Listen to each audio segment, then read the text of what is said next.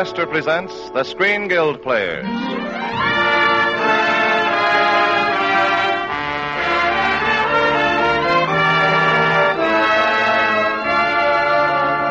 The Screen Guild play tonight, Hold Back the Dawn. The starring players. This is Charles Boyer. This is Susan Hayward, and this is Margaret Lindsay.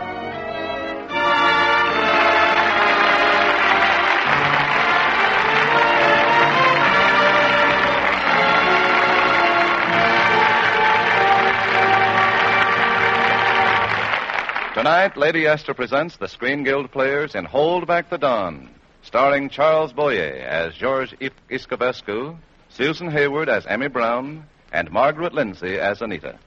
Georges Iscovescu tells our story.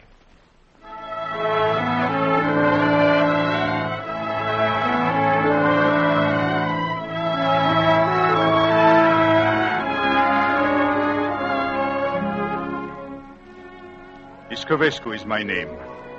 Georges Iscovescu. Most of my life I had lived in Paris, Toledo, Biarritz, following the rich. Rich women, to be exact. Oh, it's an easy life if you have a deep voice and know how to look at a woman. But Hitler changed all that. The rich ones headed for America, and, well, I had to follow them. Unfortunately, there had been some scandal, so I thought I'd better enter where I was known. Through the back doors, you might say. And so I went to Mexico, to a little town on the edge of California. I would see the American consul, so I thought, and then I would walk right through the gates. Mr. Iscovescu, your papers show that you're a Romanian. Yes. I was born in Bucharest. You know all applicants for permanent entry into the United States are admitted on quota. And the Romanian quota is very small and very crowded. I'm afraid you'll have to wait. Oh, wait? Yes, between 5 and 8 years.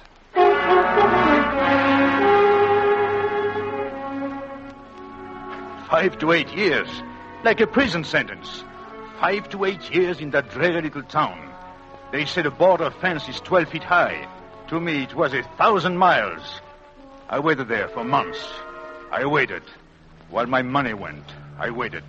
And I thought sometimes it would be better to be dead.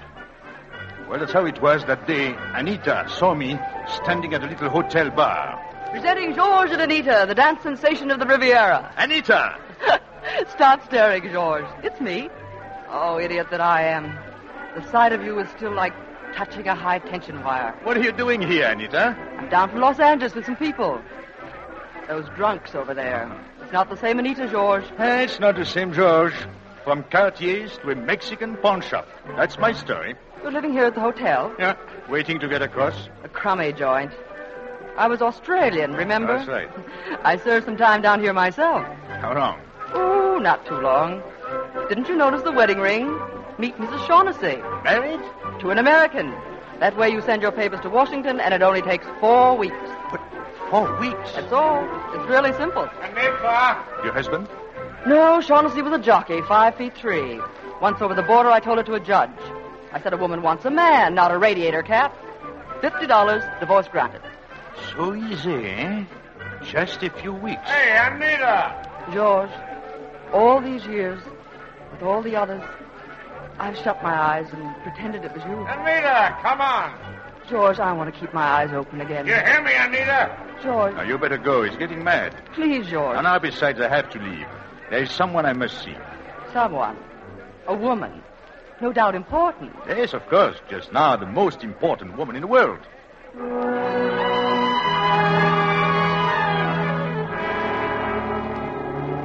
Yes, she was most important now. This unknown woman I must find. This woman who might open up the gates for me. I didn't find her until late that afternoon, and then it was pure luck that it should be a Miss Brown. Her car had been damaged, and I found her standing in front of a garage. But you've had my car all day. Can't you give me some idea how much longer it'll be? Not until tomorrow morning. I must get a part from across the border. Oh, what can I do? She seemed so helpless and so young. Oh, it was an easy thing to ask if I might help. It was quite natural that I should suggest she use the phone at my hotel. I think you're being very kind. They didn't even have a phone at the garage, and I promised to be back in Azusa, that's in California, by dark. Well, they'll be in a perfect tizzy about me back home. Oh, yes, of course. Your parents and your Husband, perhaps? Oh, I haven't any husband. Ah. I just teach school. I see. Cigarette? No, thanks. The school board doesn't approve. Mr. McAdams is so strict. He's our principal, you know. He always says... Oh, is anything wrong? Why do you look at me like that? You know, it's amazing. Your name could not be Margot. Why, no, it's Emmy. She had the same hair. Only it was always mussed by the wind. That winter at Samoritz. Who are you talking about? Oh, I saw another woman in your face, Margot. Of course, the eyes were different. Hers were bad. They were? Oh, yes, I had to run away. I had to come here to the end of the earth to know that I really hated her. That I had always hated her. Oh, I'm sorry. No, just look at me, Miss Brown. Keep looking at me. Oh, it's like a sudden breeze on a stifling day. Please.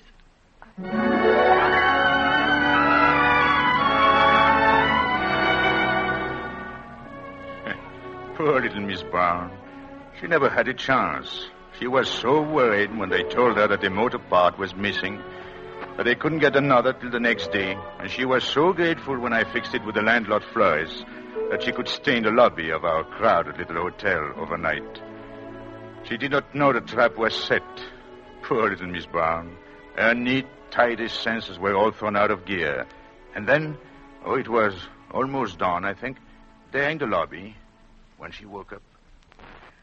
Mr. Iscovescu, what are you doing here? You have no right to... No, of course I have no right. No right to be here. No right to watch your face, to learn it like a poem. No right to whisper to your heart, to tell you that I love you very much. You must go away, right now, please. Oh, you needn't be afraid, Miss Brown. You see, it's getting light. Soon they'll be waking up. The shops will open, and you'll be gone forever. You can't change that any more than we can hold back the dawn. You'll be gone, and... Oh, please don't come so near. You needn't be afraid, Miss Brown. Not of a dead man. I am dead, you see. I've asked myself 1,000 times why I should go on breathing, talking, and walking when I was dead. Perhaps I know now. Perhaps it was to see the sun rise once again, to hear enchantment in a woman's voice, to feel her nearness, the warmth of her lips. No. And of course, it's no. Oh, no infringement of the regulations for you, no rebellions, no violent desires. If you found one in your sober little mind, they would tell you to go and stand up in the corner, wouldn't you, Miss Brown? Not for you, the sudden flash that lights up your whole life. One split second to snatch at happiness before it's dark again. Oh, it's not this kiss I want. It's all your kisses, all your life. Look at your hand, Miss Brown. My hand? Yes. See? It's a wedding ring.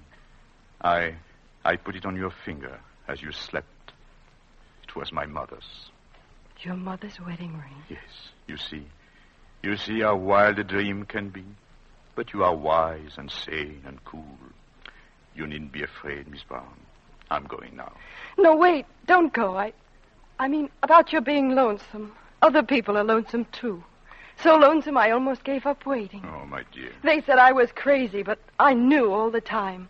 Way deep in my heart, I knew that someday, somehow, even if Azusa was at the end of the world, someone like you, I knew you'd come. There aren't any regulations now. If you still want to kiss me, please, just so I'll know it's real.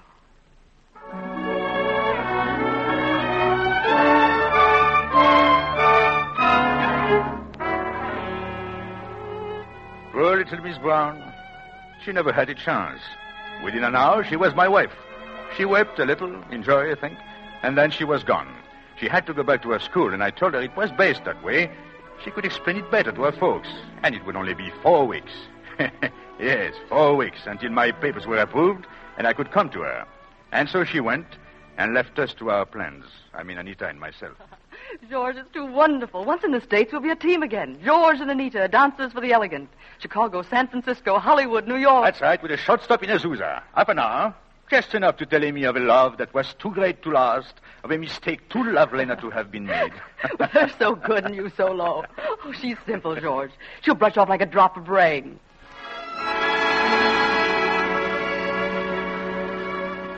Three days later, Emmy's letter came. It was so young, so full of love. That didn't interest me. It was the letter she enclosed that I wanted, the one that was to go to Washington. I apply herewith for the entry of my husband, George. That made me laugh with joy. The board and fence was only 12 feet high again. Anita typed the envelope. She smiled and said we ought to seal it with champagne. Yes, that's how we happened to be sitting in the bar. That's what I've always said, George. Start with champagne. It'll be champagne all the way. Well, I hope it will be better vintage. Kiss me for luck. I'd for luck. Happy landings, Mrs. Shaughnessy. Well, remember me? Her name is Hammock. Yes, of course. This is Mr. Iscovescu. Georges, Mr. Hammock is from Washington with the immigration department. Oh. Yes, Mrs. Shaughnessy and I are old friends. Oh, by the way, how is Mr. S? I really don't know. You don't? Well, now, isn't that a little strange? Well, you see, we've been divorced about a year. You know, Mrs. Shaughnessy, there's been an awful epidemic of marrying and divorcing up and down the border lately. The department's got a new theme song. Is it love or is it immigration? Well, if you'll forgive me, Oh, I think... no harm's meant when no harm's due. Forget it, folks, forget it. I'll be seeing you. George, I'm worried. I wish he hadn't met you here with me. And kissing, too. Why, is kissing forbidden, in the United States? Don't joke. He's very smart. He'll find out you were married here quite suddenly. Suppose he does. As long as Emmy stays at home. Oh, she just will. Of course she will. I told her to. I told her she'd be better off. Just give me 4 more weeks. Senor. And... Senor. Eh? What's biting Flores now? Senor Iscovescu. She is here, upstairs. What? I sent her to your room. What are you talking about? Who is here? Your wife, senor. Your wife.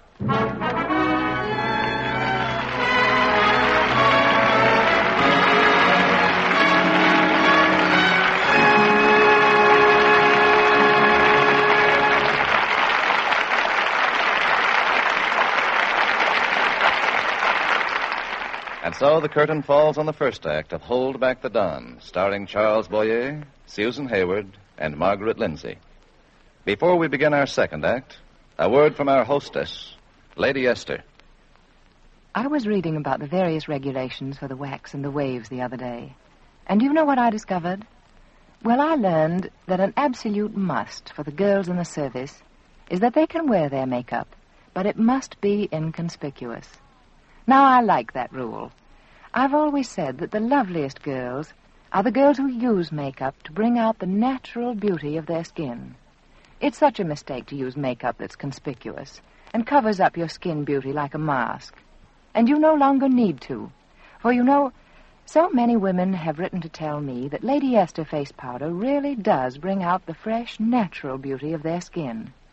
They say that Lady Esther face powder is so soft and fine, so wonderfully even in color, that it's delightfully different from other face powders they've used. And they're quite right. For there is a very real difference between my face powder and almost any other powder you can buy. You see, Lady Esther face powder is twice blended. Now, the first blending is just the usual mixing and sifting. And at this point, it's the texture of almost any face powder. But I don't consider it fine enough or sufficiently even in color. In fact, I call it raw. So my powder goes through a second blending, the famous twin hurricane blending, where tiny particles of color and powder are blown together at hurricane speed. And the result is a powder of exquisite fineness in texture and almost unbelievable evenness of color. That's why Lady Esther face powder gives your skin a thrilling new softness, a more delicate coloring. That's why you have the charm and appeal of fresh, natural loveliness when you use Lady Esther face powder.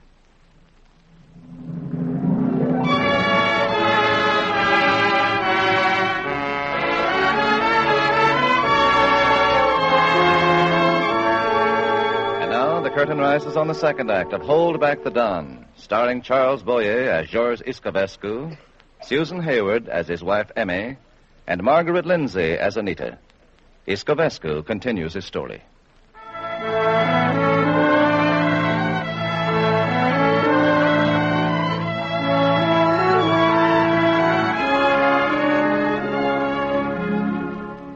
You must imagine what I felt when I discovered Emmy had come back. I was distracted, terrified. If Mr. Hammock met her, he would suspect the truth. Our marriage was a fraud. Our wedding license just a pass for me to get into the States. I thought I must get Emmy out of this hotel, away, before he even talks to her. And then I thought, why not? They've given her a week's vacation. We can go away somewhere. What is more natural than a honeymoon? Oh, Emmy did not question me. She was too filled with happiness. In a few minutes, we were packed and gone, driving off in the rain. Emmy beside me in the station wagon. Oh, you'll do fine in Azusa, George. Really, there are lots of opportunities there. It's an up-and-coming little place. The fastest-growing town between Los Angeles and San Bernardino. Ah, that's really something, eh? Well, you know why we call it Azusa? Everything from A to Z in the USA. You'll see when we get back. George, where are we going? I don't know. I mean, anywhere. Over a road, wherever it leads. Maybe to a lake or a palace with all the windows lighted. Really? Maybe to a little fishing village with nets spread out in the wind. This is the way I always dreamed it would be. Listen to the windshield wiper, George, whispering to you and me. Together, together, together, together.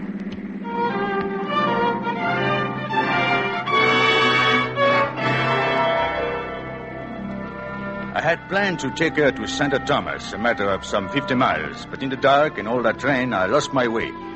We drove all night, and in the morning, came upon a little village by the sea. We drove down to the shore because it was so hot. She swam and played in the water like a child, and then she came to me. That water felt so good. It's just like lime freeze. Feel my cheek. George, will you kiss me now? My dear. No, wait. First say the words. What words? I'll take the ring off. You can slip it on again. For richer, for poorer, for better, for worse. With this ring I thee wed. Say it, George. For richer, for poorer, for better, for worse. With this ring I thee wed. Till death do us part. Till death do us part. Thank you, George. I love my husband very much.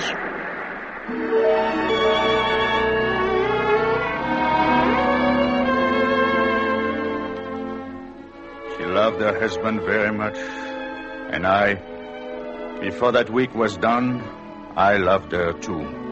Yes, me, Georges Iscovescu, for the first time in my life, I was in love.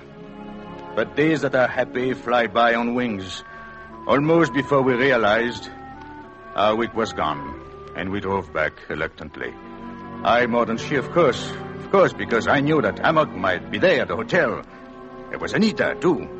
The moment we were back, Anita knew. She knew the truth. She read it in my eyes. I should have known she would go to Emmy the moment she could catch her alone.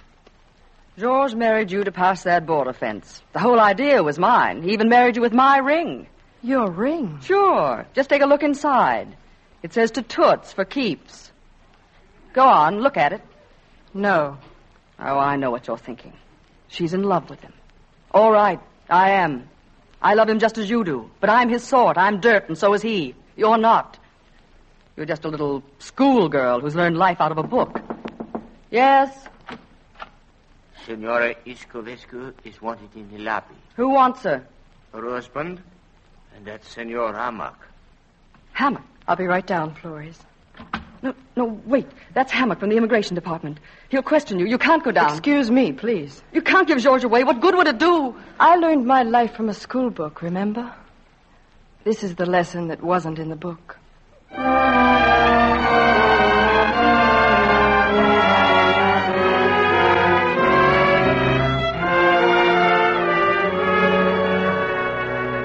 Now, you understand, Mrs. Iscovescu. I've got no right to question you down here, not on this side of the border. But if an American's getting a dirty deal... Now, Mr. Hammock, I've told you I'm that... talking to your wife. Ma'am, I've done a lot of digging on this guy. The way he's made his living, the women. One right here in this hotel. The dancer, his partner? Yes, I've talked with her. Why, anyone can see the setup with half an eye. He asked you to marry him because... But he didn't. He didn't ask me. I asked him. All right, he got you to ask him. Why, with this evidence, we can slap the door right in his face. You can get an annulment. An annulment? How do you like that, George? That's America. You pay your taxes, but you get protection. No, thank you, Mr. Hammock. You mean you won't? I'm sorry for your sake, but you haven't got a case. You see, my husband told me all about his past. We love each other very much. Okay, that's how you like it. But remember, I'll be around if you need me. Emmy, Yes, George. Emmy, I've always been so full of words. You know, big ones, fancy ones. Well, just one more word. Thanks. No. You see, I come from a small town. We eat at the drugstore, but we leave a tip just the same. I don't think I've been too generous for those 7 days. Now, may I have the key to the car? Thank you. Here, I'll trade you this wedding ring for it. Goodbye.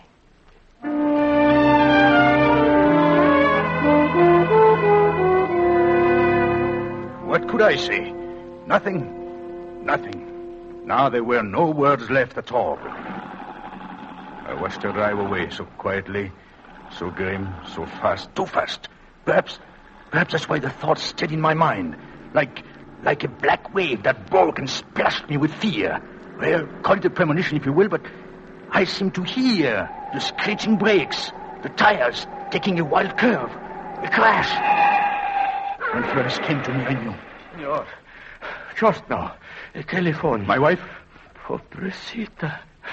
Ah, senor. What is it, Flores? What's happened to her? They take her to hospital in Los Angeles. An accident, senor.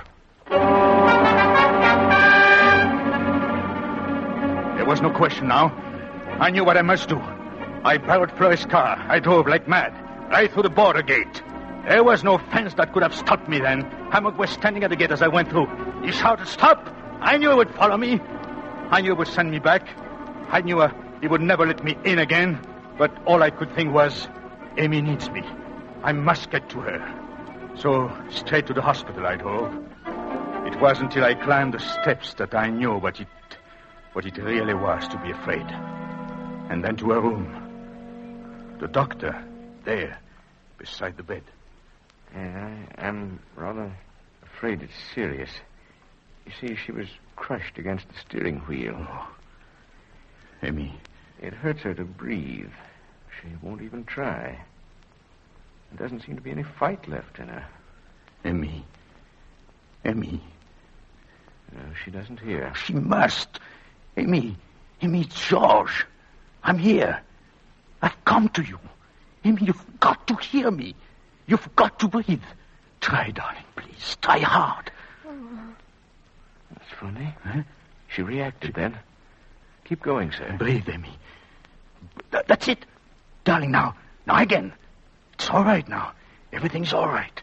We're together now. Oh, remember that night in the rain when the windshield wiper said, together, together, together. Now breathe, Emmy. Together. Breathe. Breathe. Together. All right, Iscovescu. Oh, Hammock. You led us a merry chase up here, but this is the payoff. You can't come in here. This woman has been seriously hurt. Now get out. Oh, I'm sorry, Doc. I won't make a sound. I'll just sit here in my corner and wait. Go right ahead. Emmy, darling, breathe. We're together. Try, please, try to breathe. We're together. Together. Together. Breathe, Emmy. Together. Together. Together. Together. Breathe. Together. Breathe. Together. I'm here. Emmy, I'm here with you. But look, doctor, she smiled. Almost a miracle. Well, I think the worst is over now. She's breathing fairly steadily. Yes, well, she doesn't need me anymore now. Well, that isn't the way I see it, mister. That girl's going to need you all her life. What?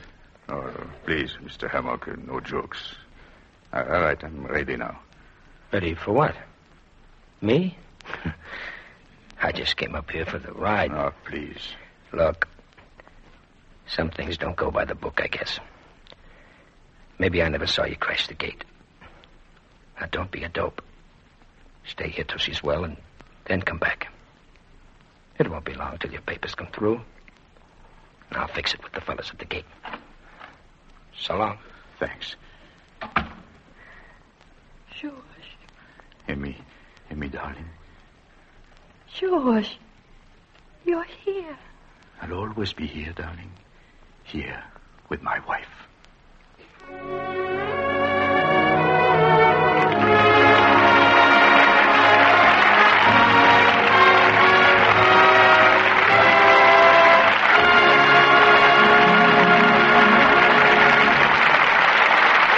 Thank you, Charles Boyer, Susan Hayward, and Margaret Lindsay, for your splendid performances in Paramount's Hold Back the Dawn. Thank you, Mr. Bradley. Everyone in Hollywood is always happy to appear on this program for the benefit of the Motion Picture Relief Fund. In just a moment, both Mr. Boyer and Miss Lindsay will be back at the microphone. But before they return, I'd like you to listen to a word from our hostess, one of America's best-known beauty authorities, Lady Esther. Thank you, Miss Hayward. Did you ever stop to think that nothing ever just happens? There's a reason for everything. For instance, it isn't merely by chance that you find one dress more becoming to you than another. The reason for your preference lies in better design, better material, and better workmanship. And you know, it isn't by chance that so many women find that Lady Esther face powder is more flattering to their skin, gives their skin a softer, fresher look. There's a reason for that, too. You see, Lady Esther face powder is twice blended. Now, if it were blended and sifted only once in the usual way, it would be like many other face powders. But it's the second blending, my exclusive twin hurricane blending, that makes the difference. For this time, the tiny particles of powder are blown together with the speed of a hurricane. And that, you see, is what gives Lady Esther face powder its wonderfully smooth, fine texture. That's why each shade is so clear and rich and beautiful. Naturally, then, it doesn't surprise me when I read letter after letter from delighted women who say, "My skin looks so much more attractive since I've changed to Lady Esther face powder." And now, here is Margaret Lindsay. Friends, a message from our government.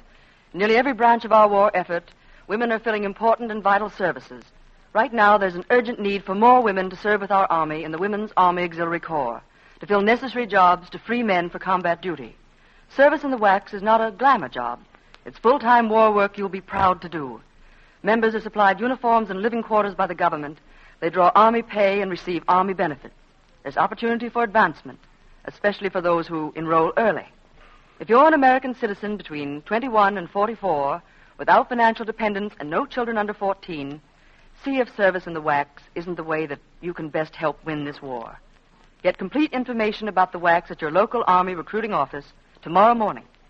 And if you live in Canada, enroll in the Canadian Women's Army Corps. Thank you. And now here's Mr. Boyer. Next week, Lady Esther will present the Screen Guild players in the first radio performance of one of the funniest pictures of the year. It is called They Got Me Covered, and it stars Dorothy Lamour and Bob Hope.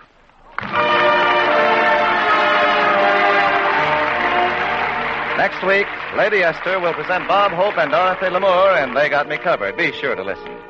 Charles Boyer is the producer and star of For All We Know, now in production at Universal Studios. Susan Hayward is currently being seen in the Paramount All-Star production Star Spangled Rhythm. Margaret Lindsay will soon be seen in the Columbia picture The Crime Doctor. Music on tonight's show was arranged and conducted by Wilbur Hatch. The Screen Guild players are presented every Monday night at this time by Lady Esther. This is Truman Bradley speaking for Lady Esther, saying thank you. Good night. This is the Columbia Broadcasting System.